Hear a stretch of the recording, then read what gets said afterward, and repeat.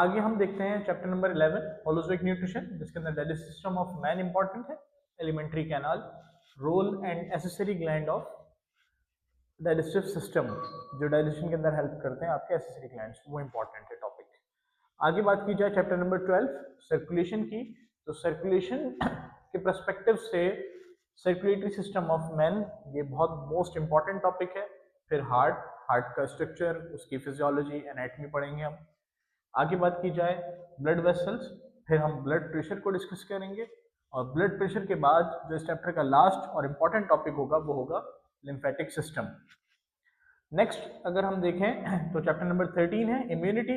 Immunity के अंदर हम देखते हैं तो first and second line of defence, ये दो अलग अलग टॉपिक्स हैं।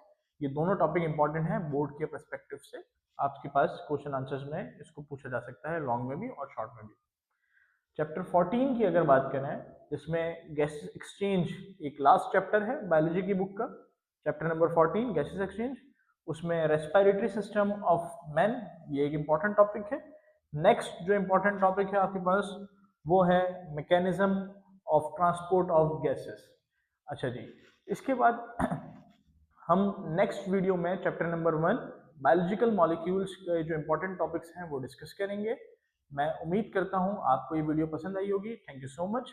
और one more thing to remember, do subscribe our channel knowledge gate academy, like my video and comment your thoughts for better understanding. Thank you so much.